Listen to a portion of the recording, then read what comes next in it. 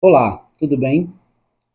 Quando olhamos para a nossa situação atual, e isso em relação ao mundo cristão, quando nós olhamos para as famílias, quando nós olhamos especificamente para os casamentos, ficamos a pensar, por que os casamentos estão se destruindo cada vez mais?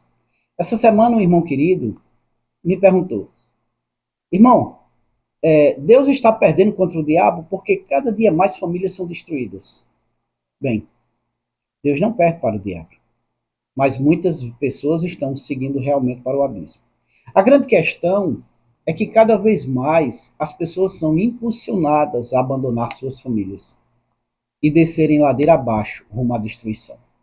Vamos falar um pouco sobre isso agora e eu peço a você que, se está gostando do conteúdo, se você está vendo esse vídeo a primeira vez, nos dê um voto de confiança, se inscreva em nosso canal. Temos alguns vídeos aqui que vão te ajudar muito na administração do teu casamento. Trabalhamos com família, por famílias, para a grande família do Senhor. Que Deus te abençoe. E vamos falar exatamente sobre isso.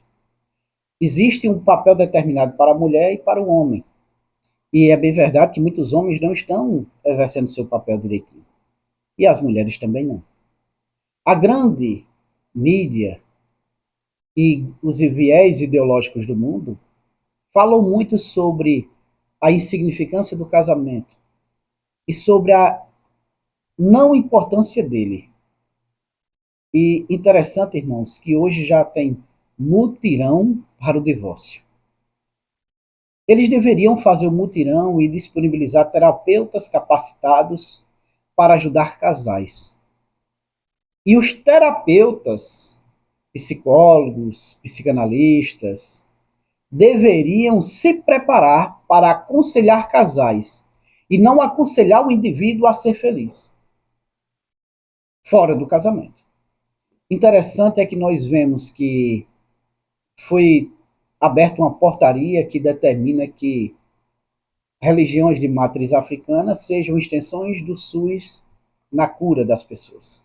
Mas, paralelamente, tem um projeto apresentado, né, à corte para que psicólogos não falem da palavra a seus pacientes, não falem sobre religião, que eles sejam proibidos a falar sobre o amor de Deus, sobre a busca pela espiritualidade.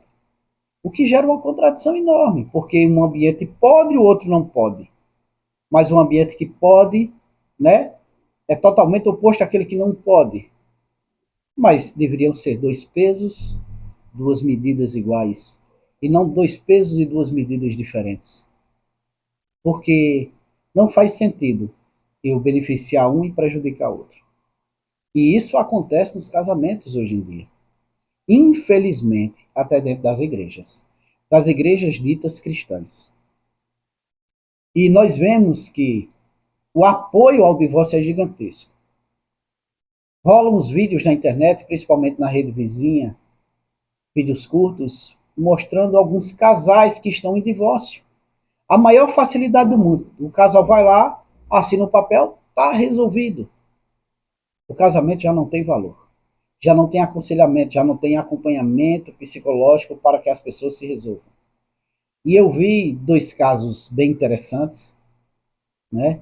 E um deles tratava de uma mulher que havia traído o marido, e o marido dizia que não suportava aquela situação, e ela dizia, eu traí ele porque ele trabalhava muito e não tinha tempo para me dar atenção, e ele trabalhava muito e chegava cansado, mas eu tinha um amigo que me dava atenção, por isso eu traí ele. Só que ele não quer aceitar essa situação. Bem, ela em momento nenhum expressou o arrependimento dela, mas expressou estar contrariada porque o marido não aceita que o amiguinho tem um caso com sua esposa, para dar atenção, já que ele tem que trabalhar para manter a casa, pois ele cumpriu o papel dele de provedor. E ela não cumpriu o papel dela de mulher submissa, sábia, que edifica a casa. E eu via muitas pessoas apoiando ela, dizendo, é isso mesmo, se não dá atenção, é melhor arrumar alguém que dê.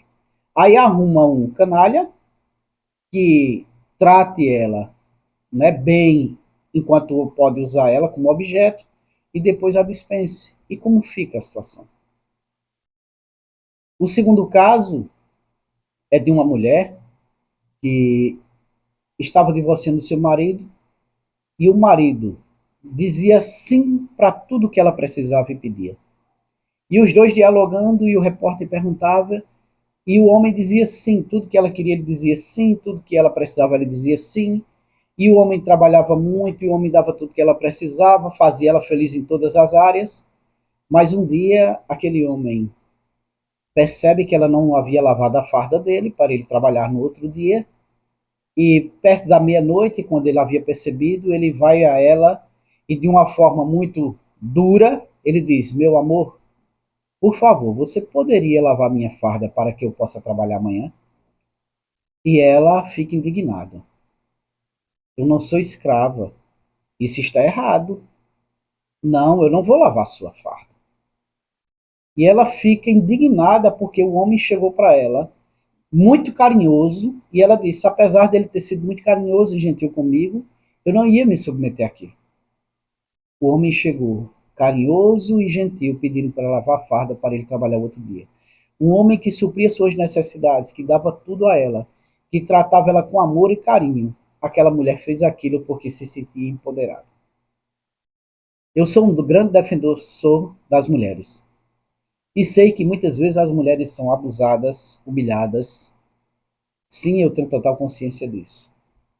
Mas muitas mulheres tratam seus maridos como lixo e se entregam a homens perversos, adúlteros, para atender seus prazeres, porque o ego dela falou muito alto naquele momento. Então, quando olhamos para os papéis do homem e da mulher no casamento, nós vemos que há uma deteriorização. Há uma narrativa muito forte onde fala para que homens e mulheres não se respeitem como maridos e esposas. O núcleo familiar está sendo destruído. Existe um tal de Red Pill, manual anti-otário, para tratar com mulheres por causa de atitudes como essa que eu narrei para vocês. Em contrapartida, tem um movimento feminino que ajuda essas mulheres a se comportar desse jeito contra os homens. Aí eu pergunto, onde iremos chegar se homens e mulheres não se relacionarem mais? As mulheres vão buscar mulheres para se relacionar porque seria o casal perfeito, homens se relacionar com homens que seria um casal perfeito. E como ficaria a humanidade daqui para frente? A grande questão não é preparar homens para lidar com mulheres de uma forma dura, no estilo Red Pill, nem mulheres a lidar com os homens de uma forma dura no estilo feminismo, mas preparar homens e mulheres para entender quais são seus papéis e viver esse papel dentro da sociedade, dentro do lar. A Bíblia diz que a mulher deve ser submissa ao seu marido. E submissão aqui, escrito na Bíblia, não é uma mulher que vive embaixo do marido para que ele a pise e a humilhe, mas estar junto com ele em uma missão, mas debaixo da autoridade dele, auxiliando ele. A Bíblia diz lá em Gênesis que Deus decidiu fazer da mulher uma auxiliadora idônea para o homem. Na verdade, a palavra correta ali faz referência a uma opositora idônea. E opositora não é com viés político que nós vemos hoje, mas uma mulher que se chegasse diante do homem para dizer quando ele está fazendo algo errado, conversar com ele para que ele pudesse ter uma consciência e consertar aquele caminho. Como Abigail fez em relação a Nabal. Quando Abigail foi até Davi interceder por Nabal, depois chegou para Nabal para alertar do erro que ele estava cometendo. Mas as mulheres hoje estão cada vez mais contra esse tipo de pensamento, querendo ser empoderadas e não conseguem entender que acabam virando objeto sexual de outros homens, acabam ficando promíscuas, destruindo toda uma estrutura que a civilização precisa, que é a família, por causa desses entendimentos que elas têm, onde elas dizem meu corpo, minhas regras, e profanam o próprio corpo, entregando a homens que não são seus maridos. Da mesma forma, maridos que não amam suas esposas, não cuidam delas como deveriam, deixando de ser o provedor e deixando ela à mercê do erro. É bem verdade que muitas vezes nesse mundo de hoje, caótico, os homens acabam não conseguindo tempo para suas esposas. Só que ele tem que entender que ele trabalha o dia todo, em vez de simplesmente se enclausurar no seu cansaço, deve interagir um pouco mais com sua esposa, dar a devida atenção, pois a mulher precisa disso. A questão é saber dosar, e a mulher ter compreensão de que nem sempre é possível aquilo por causa do dia a dia, das tarefas, do cansaço. E eu não menosprezo a mulher que fica em casa tomando conta da casa, pois tomar conta de uma casa, de um lar, gera muito esforço. Arrumar, lavar, passar, cozinhar, tomar conta de menino. A grande questão que fazem as pessoas errarem, nos dois casos que eu citei para vocês, não é o marido que trabalha muito.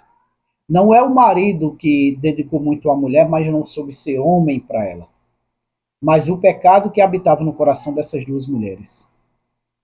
E como Tiago diz, lá em Tiago, capítulo 1, que o pecado está no coração do homem e a concupiscência, né, gera esse pecado, e o pecado, uma vez consumado, gera a morte. A morte é gerada pelo pecado que está no coração do homem. Só que o homem tem que entender que ele tem que matar o pecado antes que o pecado mate ele. O que precisamos entender é que hoje as famílias estão sendo atacadas com fogo pesado e maciço. E o problema, que é uma guerra silenciosa. Não é uma guerra onde usam armas, tiroteios e bombas, mas é uma guerra de ideologia que rompe com as estruturas, que corrói as estruturas da família. E essa ideologia é implantada nas crianças e vai crescendo com elas. E as crianças já casam, quando ficam adultas, já com o pensamento de que na primeira dificuldade é só abandonar o casamento. E se não existe família, não existe sociedade. Mas um monte de pessoas para serem administradas por outras pessoas maldosas. Então precisamos inverter essa situação e mudar nosso entendimento com a prática da leitura da palavra, com o ensinamento correto aos nossos filhos, entendendo que quando casamos, nós fazemos parte de um corpo. Então eu tenho que pensar no que o meu corpo quer, no que minha esposa quer. Eu tenho que pensar no que o meu marido quer. E isso não se trata de anulação, como muitos, né, terapeutas dizem. Ah, você está se anulando. Não, você está cumprindo a palavra. Você está dando o melhor seu para o seu cônjuge, assim como o seu cônjuge dará o melhor dele para você, quando ambos entendem a palavra. Isso não é anulação, isso é amor. Devemos lutar contra esse viés ideológico que as pessoas pregam aí. Devemos lutar, porque em Romanos 12, 2 diz que nós não devemos nos amoldar ao padrão do mundo, mas devemos nos transformar pela renovação da nossa mente, para que possamos ser capazes de provar qual é a boa, agradável e perfeita vontade de Deus. Nós devemos entender que devemos ser luz dentro do mundo para clarear as trevas. Você deve ser luz dentro da sua família para clarear as trevas. Isso significa que o combustível, o que vai dar força a essa luz, é a palavra do Senhor. É o amor que está dentro do seu coração, inspirado pela palavra. Então, que possamos entender essa mensagem e pôr isso em prática. Que o Senhor te abençoe e conceda o desejo do teu coração, em nome de Jesus.